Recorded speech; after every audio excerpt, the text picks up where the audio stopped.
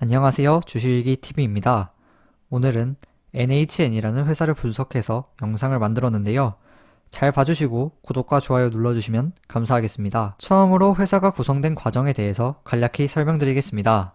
가장 먼저 NHN의 전신과 같은 한 게임 사이트가 오픈되었고, 이후 2000년도 4월에 한 게임과 네이버 컴이 한 회사로 합쳐져서 NHN이 출범하게 되었습니다. 그렇게 두 회사는 꾸준히 성장을 하게 되었고, 2013년에 네이버와 NHN 엔터테인먼트로 분할되어 상장을 했습니다. 그리고 현재 NHN이 되었습니다. 그 다음으로는 NHN의 매출 구조에 대해서 말씀드리겠습니다. 매출 비중은 2021년 2분기 기준으로 작성되었습니다. 결제와 광고가 1,569억 원으로 가장 높은 매출을 기록했습니다. 그 다음으로는 게임이 1,055억 원의 매출을 만들어냈습니다.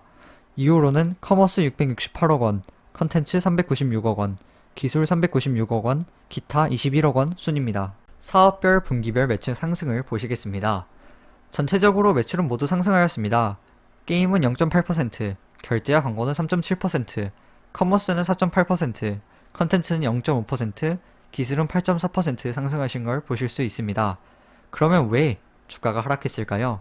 매출은 그전 분기에 비해서 확실히 상승했지만 영업이익이 시장 기대치를 하회했기 때문에 주가가 하락한 것입니다. 매출은 상승하였기에 영업이익률을 높이는 것이 중요한 부분이 될 것으로 예상됩니다. 그 다음으로는 NHN의 사업에 대해서 소개해 드리도록 하겠습니다. 처음으로 게임 사업입니다. NHN의 게임 종류에는 크루세이더 캐스트, 용비불패 M, 프렌즈 팝, 킹덤 스토리 등의 게임이 있습니다. NH의 게임이 많은 소비자들에게 어떤 평가를 받는지 보기 위해서 구글 플레이에서 자료를 찾아봤습니다. 보시다시피 평점 자체는 평균 정도 됩니다. 워낙에 구글 플레이의 평점과 리뷰에는 조작도 있고 삭제당하는 경우도 있지만 무난한 정도의 평점인데, 저 위에 3.0의 평점은 한 게임 중 하나의 게임의 평점입니다.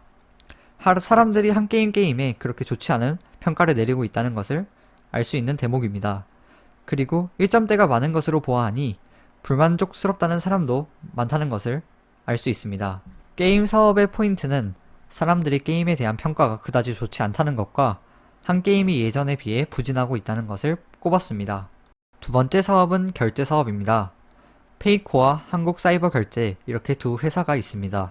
페이코와 다른 결제 시스템과의 비교표를 한번 보시겠습니다.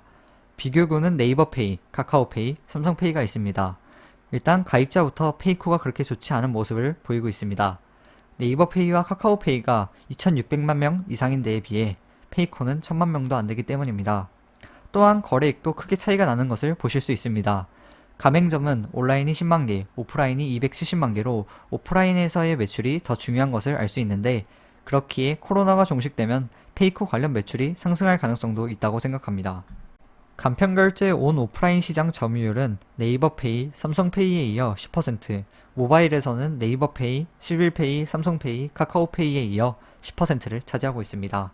결제 사업 중 페이코에 대한 포인트는 시장 점유율은 낮지만 그렇기에 더 성장할 가능성도 있다는 것입니다.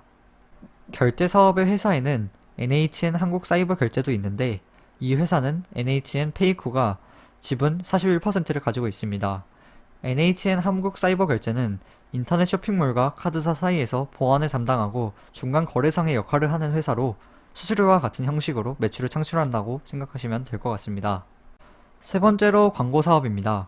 광고 사업 회사로는 에이스트레이더, 에이스 익스체인지 등의 회사가 있습니다. 광고 사업은 정보 수집을 한 뒤 어떤 검색어에 트래픽이 많이 걸리는지 확인을 한 후 높은 효율성을 탐색하여 광고를 하는 방식으로 운영됩니다.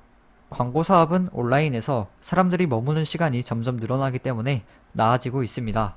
네 번째로는 커머스입니다. 커머스 회사로는 NHN 글로벌과 NHN 커머스가 있습니다.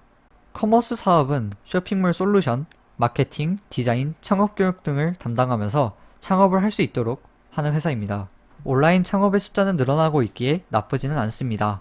또한 NHN 커머스라는 회사는 나중에 IPO로 상장될 가능성이 높고 꽤 대형 IPO이기에 찾아보시면 좋을 것 같습니다. 다섯 번째는 컨텐츠 사업입니다. 컨텐츠 회사로는 코미코, 벅스, 티켓링크가 있습니다. 웹툰 사업의 경우에는 경쟁력과 컨텐츠 모두 별로라고 평가를 내리고 싶습니다. 여기 보이시는 수치들은 그 이유를 단적으로 보여주는 것들인데, NHN 코미코의 월간 검색량은 14만인대에 비해 경쟁사들의 검색량은 네이버 웹툰은 360만, 카카오 웹툰은 36만의 수치를 기록하고 있습니다. 하지만 꾸준하게 광고 매출이 나오긴 하므로 무난한 사업이라고 할 수 있겠습니다. 음원 사이트 같은 경우에는 경쟁사들이 너무 크고 점유율도 낮기 때문에 조금 아쉬운 면모가 있다고 생각합니다. 하지만 유튜브 뮤직이 들어오면서 다른 회사들이 모두 점유율이 낮아진 것에 비해 벅스는 홀로 1%의 점유율을 상승시켰으므로 나쁘지 않다고도 생각할 수 있겠습니다. 티켓링크는 현재 최악의 상황이라고 할 수 있겠습니다. 코로나 사태가 티켓을 끊고 할 수 있는 거의 대부분의 것들을 막았기 때문입니다. 또한 코로나의 확진자 수가 상승하여 프로야구가 관중이 없어졌기에 더욱 타격이 클 것으로 예상됩니다. 마지막으로 IT 기술입니다. IT 기술의 회사로는 NHN 클라우드, NHN 클라우드 센터, PMP 시큐어 등이 있습니다. 바로 사업에 대해 평가하자면 클라우드 사업과 PMP 시큐어 같은 보안 회사들로 구성되어 있기 때문에 충분히 성장 가능성이 있다고 생각합니다. 정리 및 예상을 하고 이 영상을 마무리하도록 하겠습니다.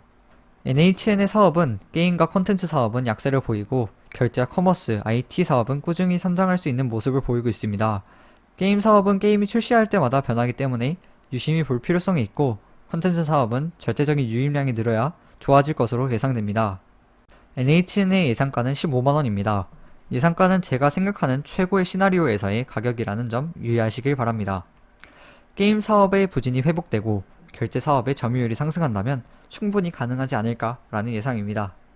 이렇게 NHN에 대한 분석을 마쳤습니다. 역시 영상 업로드 주기가 길었는데요. 다음 영상은 빠르게 올리도록 노력해 보겠습니다. 이번 영상도 잘 봐주셔서 감사하고 구독과 좋아요까지 눌러주시면 정말 감사드리겠습니다. 지금까지 주식일기TV였습니다. 시청해주셔서 감사합니다.